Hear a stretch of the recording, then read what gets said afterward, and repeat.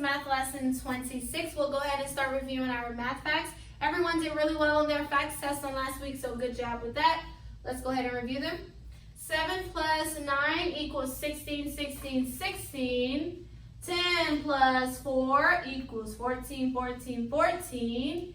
10 plus 1 equals 11, 11, 11. 10 plus 7 equals 17, 17, 17. 10 plus 2 equals 12, 12, 12. 10 plus 5 equals 15, 15, 15. 4 plus 9 equals 13, 13, 13. 10 plus 6 equals 16, 16, 16. 3 plus 9 equals 12, 12, 12. 10 plus 3 equals 13, 13, 13. 10 plus 8 equals 18, 18, 18. 2 plus 9 equals 11, 11, 11. 8 plus 9 equals 17, 17, 17. 6 plus 9 equals 15, 15, 15. 5 plus 9 equals 14, 14, 14. So we've learned our doubles facts, we've learned the doubles plus 1 facts, plus 10 and plus 9 facts. So we are growing in our math facts. So make sure that you save them as we're going over them. You can even go over them after the math lesson so that you know them really quickly and really well, okay? All right, so let's go ahead and review a story problem today. But I want to show you how we will start to write out our number sentences, because we know how to write the number sentences based upon the numbers, but we also want to learn how to write the number sentences with the items that we are discussing. So I will show you that. So whenever you do it in your book, make sure that you write it this way. Whenever you do it on your test, make sure that you write it this way, okay? So it says Tony picked 10 strawberries. Max picked 7 strawberries. How many did they pick all together? So we can identify that this is a sum more because we're adding the two together. We're not losing anything. So it's a sum more. And so let's go ahead and create our picture. So it says Tony picked 10 strawberries. So we'll go ahead and draw Tony's 10 strawberries. And I'm just doing circles. But yeah. Then it says Max picked 7. So remember, whenever we are adding more, we put our line to show that we are adding more, and then we're going to draw the 7 that Max picked. Okay? So Tony picked 10, Max picked 7 strawberries. How many did they pick all together? So we're saying 10 plus 7, or we can count them all, and that's a total of 17. But now, when we write our number sentences, this is where we do it a little differently. Yes, we will still do our numbers, but now we will put the item, or whatever we are adding, we will put the word behind it. Okay, we're making it more clear. We're making it a little bigger. This is second grade type of work here that we're doing, okay? So no longer will we just put 10 plus 7 equals 17. No more of that, okay?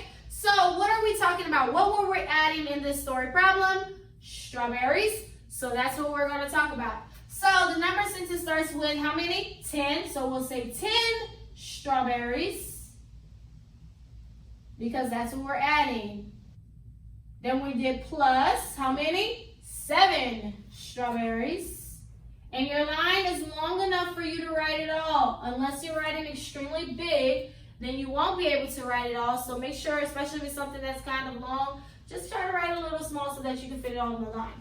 So 10 strawberries plus 7 strawberries equals a total of 17 strawberries, because that's what we're adding. We are identifying what we were adding in our number sentence. This is how your number sentences should look from now on.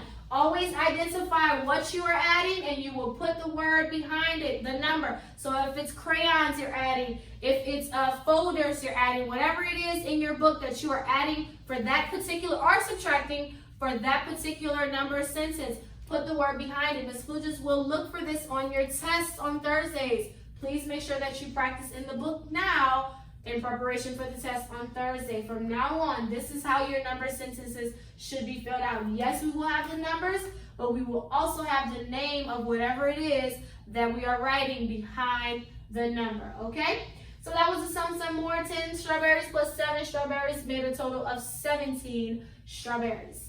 All right, so remember, these are the number words. We did 1 through 20 already, but now these are the 10s. So we have 20, 30, 40, 50, 60, 70, 80, and 90. And so these are the number words, the 10s. And remember, say if you wanted to write 63, you would just write 60. Then you put a dash, and then you write 3. We should already know how to spell our numbers 1 through 9 already. Yeah, we should. If not, you might want to practice that a little bit so that you can get more familiar with identifying them and knowing how to write them as well.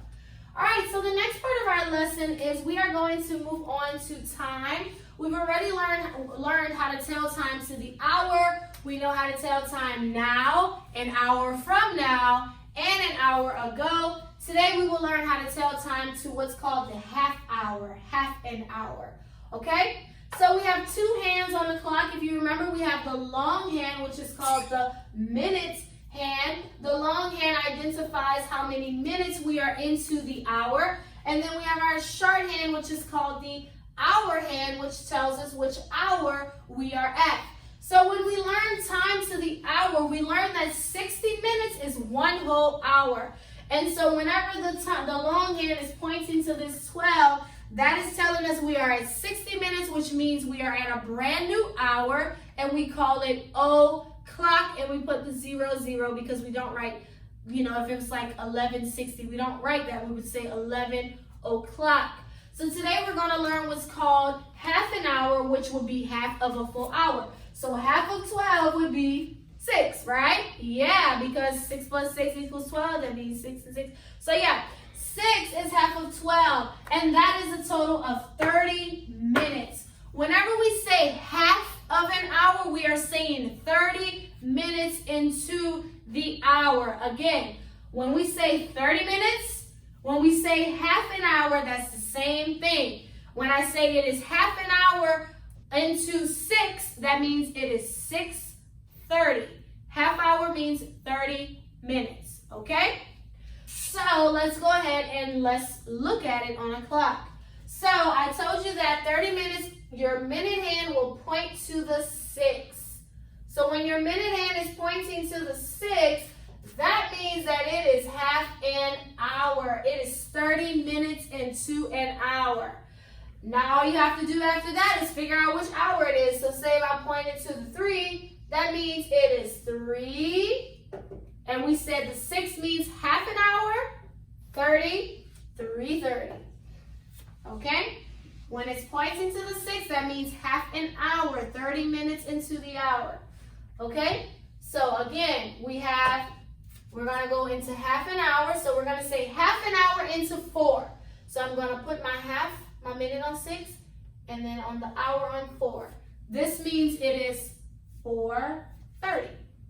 4:30. Okay? Let's look at it again. So I have half an hour after 10. So the 6 will be on, the minute hand will be on 6, which means 30 minutes. And then my hour hand will be on 10, which means 10. So it's 10. 6 means 30 minutes, half an hour. So it's 10:30. Okay? In your book, you will run across it, and it will say things like, it is 4:30. That still means 4:30. Or it will say, draw 2:30. So then you will put your hour hand on 2, and your minute hand will go on 6. 30 minutes means half an hour, which means you will point to the 6. That 6 stands for 30. Remember, minutes on the clock goes by 5s. So, and we'll get to that eventually. Right now, let's focus on hour and half hour. So half an hour means 30 minutes into the hour. That's half an hour. Anytime it says half past, that's the same thing. Half an hour, half past exact same thing. That means 30 minutes into the hour, your minute hand will point to the 6 to show 30 minutes. Okay, so you will practice that in your book as well, and we'll practice it all week. All right, so that's our math lesson today. You will do workbook page 26A.